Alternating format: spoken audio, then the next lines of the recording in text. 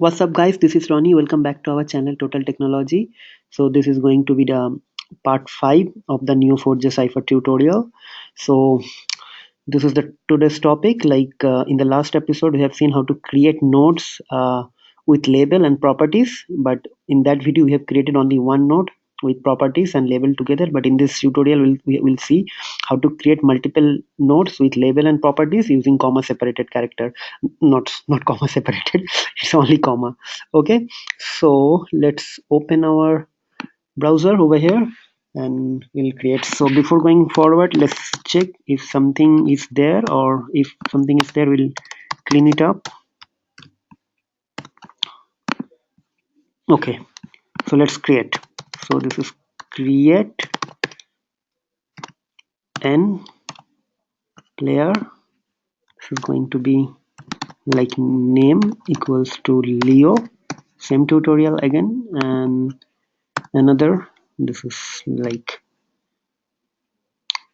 p player name, probably Seer. Yeah. So this is one node, this is one node, this is label, this is label, this is properties. So let's run it. It's created. Let's check match n,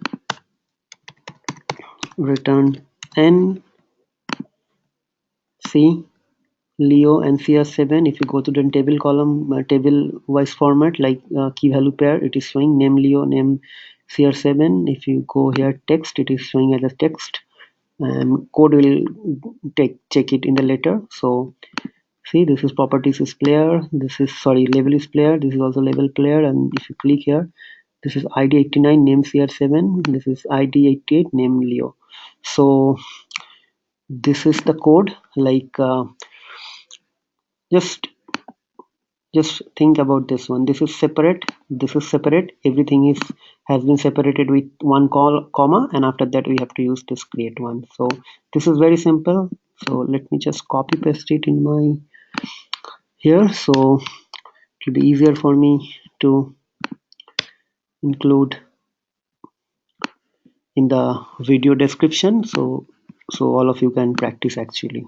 So if you want to create one more node, you have to just use comma. So this is very simple. So this is one dictionary, this, and this is complete node. This is one, well, I think I did something. This is one dictionary with node, and this is also one dictionary with node and label. This is very simple.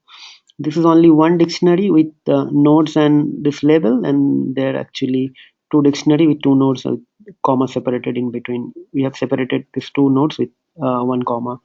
So that's it for today's video. So I hope you guys enjoyed and you guys are learning actually Neo4j. I hope you guys are enjoying. So this is like we have completed 5 tutorials, and almost we have seen different techniques of creating nodes with properties, with blank nodes, without properties, without label, how to query using where clause with only id and all. So in the next tutorial we'll see how to create relationship. So I'm not going to delete this thing, so I will keep this as it is. So I'll be creating relationship between these two. So part 6 will be very important, because this is the first part where we are going to talk about some sort of relationship. Okay, so that's all for today, guys. So please subscribe to our channel. Most of you already subscribed. Those are actually yet to subscribe our channel, please subscribe our channel, hit the bell icon, share our videos with your friend. If you enjoying our videos, or if you like our videos, just do give some thumbs up in the like button.